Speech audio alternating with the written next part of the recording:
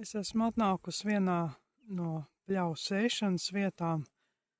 Šeit tika sastrādāta augsne un iesētas dabisko pļavu sēklas, piemērotas mēreni mitriem zālēm 2003. gada rudenī. Nu, lūk, te ir tāds liels laukums, tur uz to tālo koku pusi. Taisnstūris, kurā tika sasētas sēklas, un to tagad diezgan labi dabā var pateikt, pēc tā, ka te ir vairāk dzelzeņu. Pašlaik zieda pļavas dzelzeni, viss tāds koši violēts. Nu, un skatīsimies, ko te var atrast no toreiz iesētajiem augiem, kādas ir sekmes. Šajā vietā tika satraucēta augsne, saicējot virskārtu, un acīm redzam, tas ir paticis pļavas dzelzenē, kur tā bagātīgi ir saaugusi. Un tad tūplānā varam lūkoties, kas tad šeit vēl ir no iesētajiem augiem. Šeit es manīju garlapu Veroniku, kur taisās ziedēt. Tepat ir ķimeņlapu selīnes, lapiņas. Tad šis un tas ir pats par sevi jau audzis iepriekš. Te ir dabisku zālā indikators ārstniecības ancītis.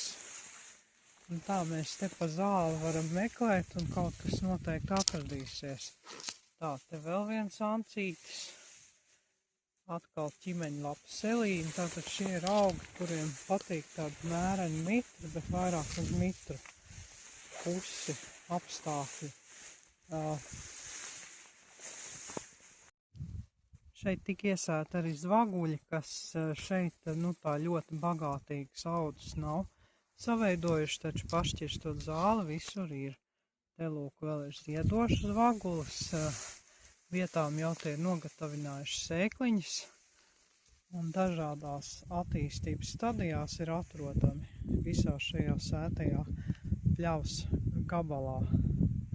Nu, šeit arī var redzēt, ka zied ķimeņlapa selīne, viens no iesētajiem augiem, kas šādos apstākļos ļoti piestāvētu un varētu būt dabiski, ja šeit nebūtu bijusi āramzeme pirms visu šīs darbošanās. Nu, joprojām ļoti bagātīgi pļavas dzelzeni.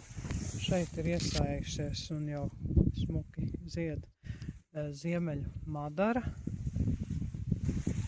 Vietām arī baltā madara, bet tā šeit netika sēta, tā ir ievrisusies dabiski. Šajā vietā ļoti labi klājas ķimeņlapu selīnei, kas šeit ir nevienu un ir jau tā kārtīgi saziedējuši. Tie baltie čemurzieži, visi ir ķimeņlapu selīni.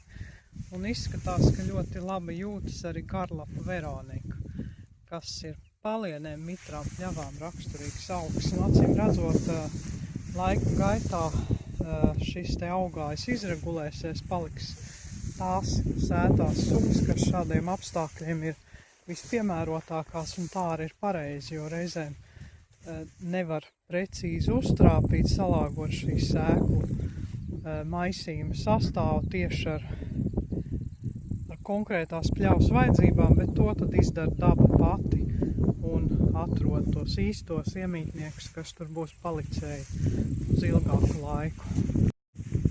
Nu, šobrīd es soļoju uz nākamo paraugu laukumu cauri pļavai, kas bija dabiski vienkārši attīstās pamazām daudzveidības virzienā.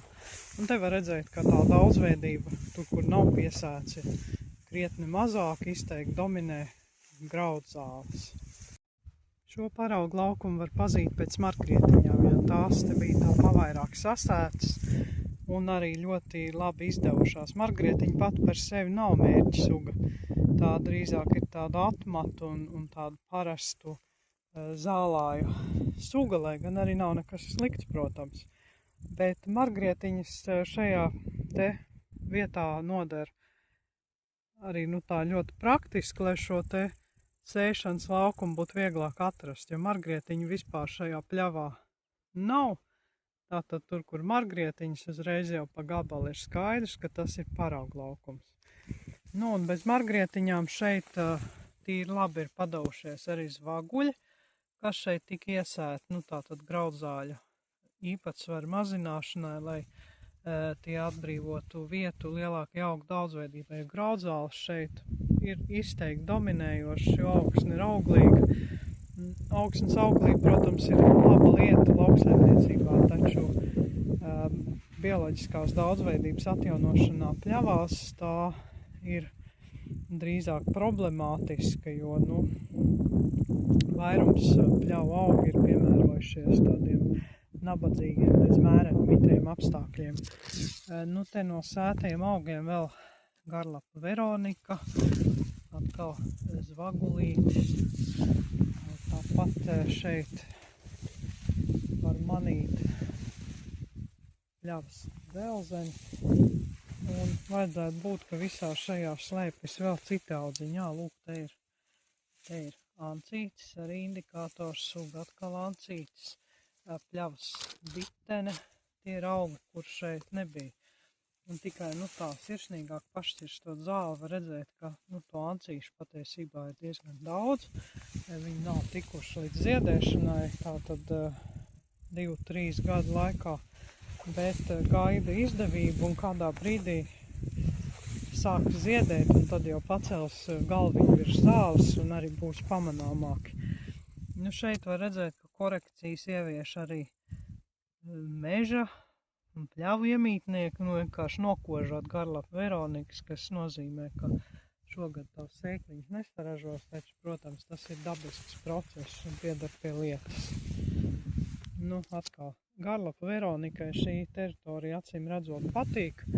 Lūk, te tā ir visai bagātīgi saugus, iespējams jau pat sasējusies. Jau šie te iesēti augi ir sākuši ražot, jau pirmā gadā bija uzziedējuši diezgan daudz, un tātad notiek jau vietēja pavairošanās. Te lielais zvaguls kopā ar garlapu Veroniku.